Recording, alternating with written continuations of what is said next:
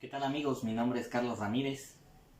Sean bienvenidos a este primer video esperemos de muchos podamos subir para compartir un poco de la experiencia o del conocimiento que nos ha dejado esta noble profesión de la contaduría.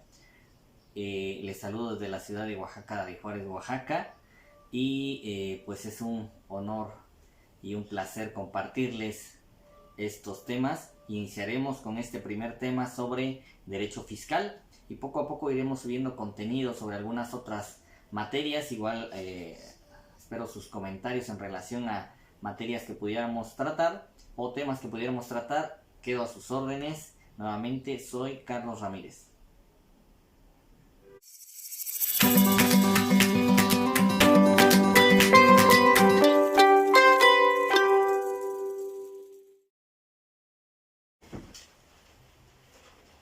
Bueno, y el primer tema que quiero tocar con ustedes es lo referente al campo del derecho fiscal en relación a su clasificación dentro del derecho mexicano, cómo se compone, dónde está incluido este derecho fiscal, ya que como estudiantes o como contadores a veces no sabemos dónde nos estamos ubicando, en qué campo de estudio nos estamos ubicando.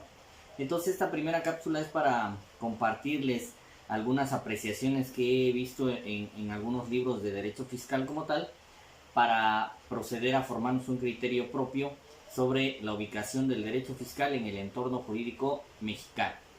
De entrada, pues el libro que tomé de referencia es el libro de la maestra Refugio de Jesús Fernández Martínez, y también ahí les recomiendo el libro de Derecho Fiscal del maestro Hugo Carrasco Iriarte, donde nos lleva de la mano sobre la definición como tal de derecho fiscal y el encuadre de derecho fiscal en algunas ramas del derecho como tal.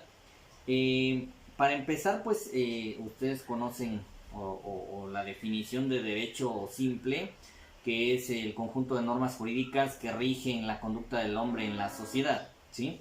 Entonces, dentro de este derecho general vamos a encontrar la clasificación y las ramas que nos van a ir llevando a aterrizar al derecho fiscal. Esta autora que les comento nos divide el derecho general en dos, en derechos subjetivos y en derechos objetivos. El derecho subjetivo como tal lo contempla como aquellas normas que se refieren a facultades reconocidas a los individuos, y el derecho objetivo como tal lo concibe como aquellas normas que protegen aquellas facultades que nos da el derecho subjetivo. Y de ahí vienen clasificaciones de los dos, del derecho subjetivo, del derecho objetivo. Por ejemplo, del subjetivo tenemos los subjetivos políticos, los subjetivos civiles como tal por el solo hecho de ser hombres, y los civiles en personales y patrimoniales, y los patrimoniales a su vez los divide en reales y de crédito. Eso en cuestión con los subjetivos. Pero donde nos vamos a enfocar ahorita para ir delimitando nuestro campo de estudio, que es el derecho fiscal, va a ser en el derecho objetivo, ¿sí? Y el derecho objetivo a su vez lo clasifica en dos, en interno y en externo, ¿sale? Y en el interno una siguiente clasificación es en público y privado, ¿sí? Dentro del derecho interno público tenemos algunos ejemplos como es el constitucional, el administrativo, el penal, el procesal, y dentro del privado tenemos el civil y el mercantil. Es importante recalcar que en este libro que les comento hace una apreciación sobre la clasificación horizontal y la clasificación vertical del derecho. En ese sentido, la clasificación horizontal es donde todavía no incluye al derecho fiscal. ¿Por qué? Porque en este libro comenta que son ramas que no se encuadran ni en el derecho público ni en el derecho privado, ¿vale? Los pone aparte del derecho público y del derecho privado. Actualmente los estudiantes del derecho saben que aparece ahí también el derecho social como clasificación, derecho público, privado y social. Pero entonces, ¿dónde vamos a encontrar nuestro derecho fiscal encuadrado? De acuerdo al maestro Hugo Carrasco Iriarte, lo clasifica dentro del derecho público, y muchos autores coinciden en que está incluido en el derecho público. aquí en el libro de la maestra Refugio, contempla que no está incluido en el derecho público, que está aparte del derecho público junto con el electoral, el eclesiástico, el agrario. Eso es cuestión de criterios y de interpretación. Como les comentaba, no soy dueño de la verdad como tal, y es importante conocer los distintos puntos de vista de los autores.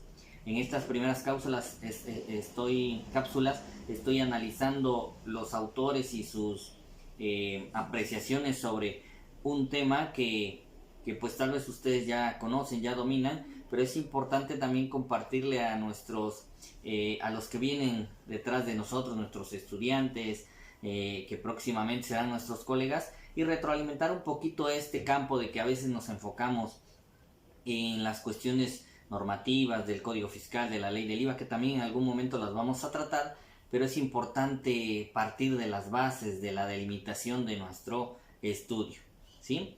Entonces, vamos a tener esa concepción de que el derecho fiscal está encuadrado en el derecho público para algunos autores, pero para algunos otros no está dentro del derecho público. En opinión personal, sí está en el derecho público. Y de ahí, pues nos toca ver lo que es el derecho fiscal como tal. Por ahí también una de las preguntas clásicas es si el derecho fiscal es lo mismo que el derecho tributario, y ahorita vamos también a formarnos ese criterio y ustedes mismos de las diferencias que puedan llegar a existir. En el derecho fiscal es aquella rama del derecho financiero que se encarga de regular la conducta del Estado con los particulares en una relación que se conoce como relación jurídico-tributaria. Y esta relación parte o nace de algo que también en los libros de derecho fiscal o en el derecho fiscal se conoce como la actividad financiera del Estado. ¿Qué actividad financieramente tiene el Estado?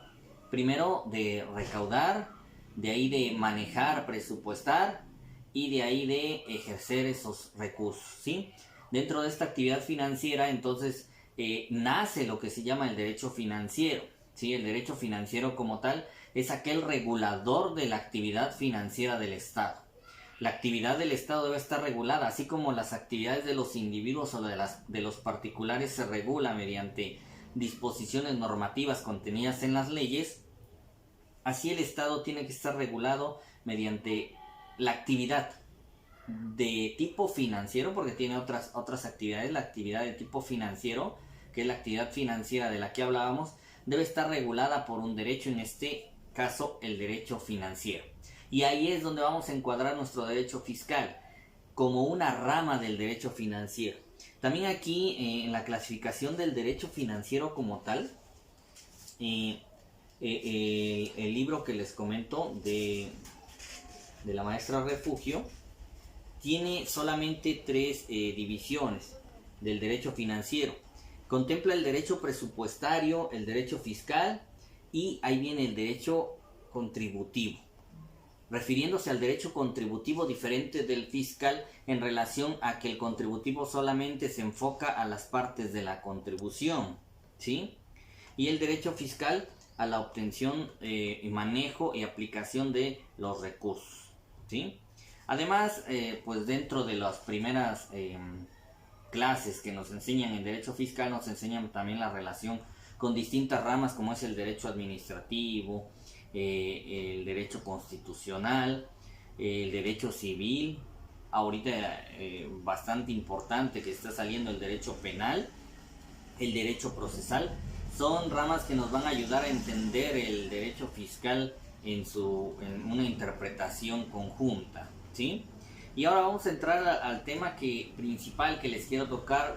Ya delimitamos un poquito rápidamente dónde estamos estudiando nuestro derecho fiscal, pero este libro trata un tema bastante importante sobre los particularismos del derecho fiscal, le llama. O sea, ¿qué tiene de particular, qué tiene de esencial el derecho fiscal en relación con distintas ramas del derecho? Y aquí lo divide en 3. Esas 3 divisiones, primero hay particularismos que distinguen al derecho fiscal de otras ramas del derecho. Después hay particularismos del derecho fiscal que constituyen privilegios del crédito fiscal. Y tercero, particularismos del derecho fiscal que constituyen un privilegio de la autoridad fiscal, ¿vale?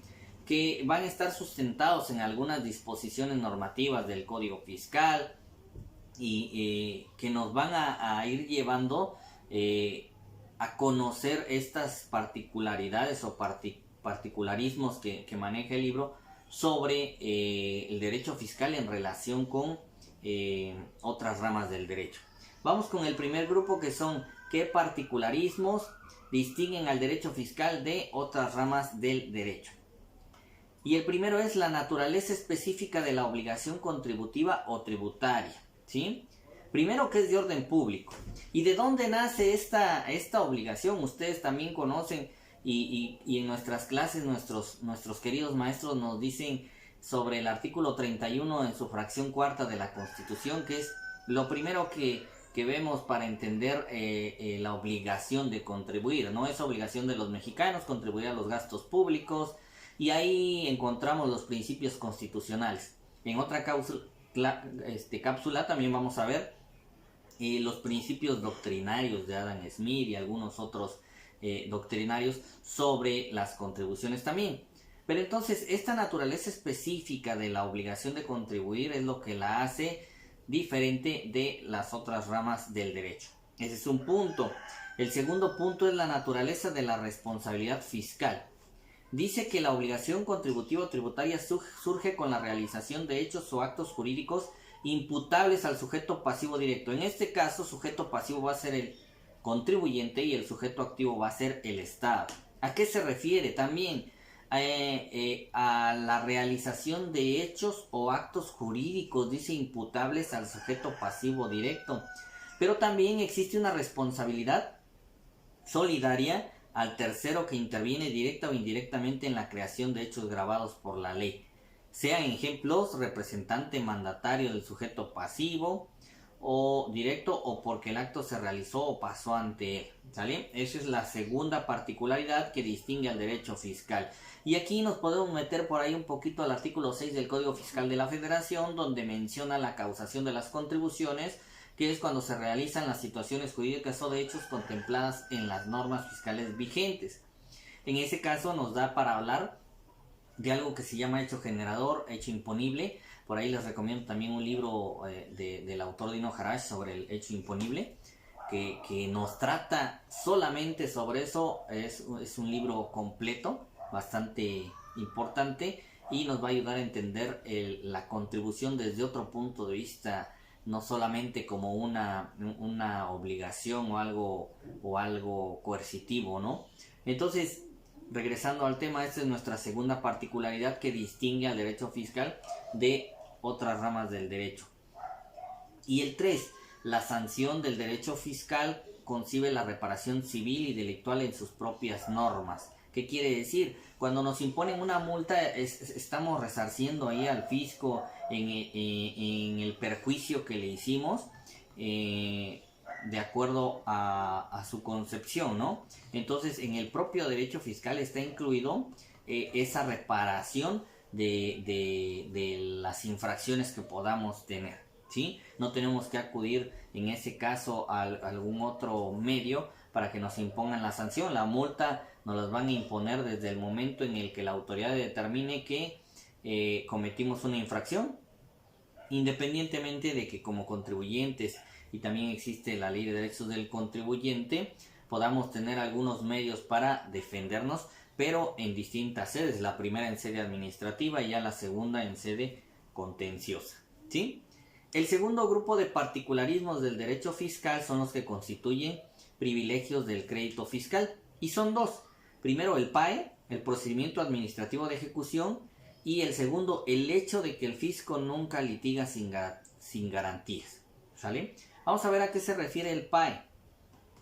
El PAE es el procedimiento administrativo de ejecución, y es donde el fisco o la autoridad van a hacer efectivos los créditos fiscales que tenga a su favor, ¿sí? Y en este punto, pues, también vamos a ir analizando ya poco a poco las disposiciones normativas contenidas en el Código Fiscal de la Federación, pero por ahí también nos toca lo que es el crédito fiscal. Y el crédito fiscal se entiende. Permítanme.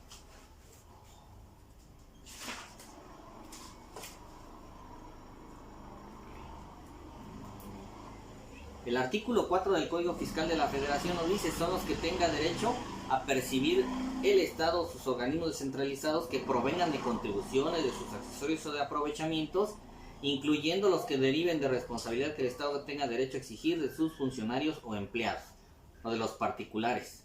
Entonces es aquel derecho que tiene el Estado de percibir, ¿sí? Entonces, este crédito fiscal se puede hacer efectivo mediante el PAE, el procedimiento administrativo de ejecución. Ese es un particularismo que tiene y que va acorde a proteger el crédito fiscal como tal. Está protegiendo el crédito fiscal para que el contribuyente, en dado caso de que no pague directamente, se ejecute el PAE y se cobre el crédito fiscal. ¿Sí? Más adelante, como les comento, esta es la primera y vamos a estar desglosando algunos temas. El mundo del derecho fiscal es muy amplio, entonces tenemos que ir sentando las bases poco a poco. Les comento algunas otras cosas o me salgo del tema por el hecho de que van saliendo algunos temas que si profundizáramos en eso pues nos tardaríamos mucho más, pero ahorita se los comento y poco a poco vamos a ir desarrollando como les comenté anteriormente estos temas. El segundo que va en este bloque es de los particularismos que el derecho fiscal tiene para garantizar el crédito fiscal como tal, es de que el hecho de que el fisco nunca litiga sin garantía. Y aquí al hablar de la litis, nos vamos ahí a los conceptos del derecho cuando de Carneluti, ¿qué es la litis? Decía Carneluti, y es donde la litis es el hecho donde uno pretende y el otro se resiste. En ese caso existe la litis, existe una controversia, ¿sí? Eso recordando a los doctrinarios del derecho. Entonces, el fisco nunca litiga sin garantías. ¿Qué quiere decir? También me viene a la mente un principio ahí que viene definido como solve et repete. ¿Qué es el solve et repete? Es primero paga y después reclama. Entonces lo que el fisco es: primero me garantizas de que si pierdes me vas a pagar, o ya me pagaste y lo ejecuto de ahí, y después nos peleamos, ¿sí? Entonces por ahí del artículo 141 es donde encontramos del Código Fiscal, claro, donde encontramos este particularismo de el derecho fiscal. Fíjense que dice el artículo 141. Los contribuyentes podrán garantizar el interés fiscal cuando se actualice alguno de los supuestos previstos en el artículo 74 y 142 de este código. Y el 74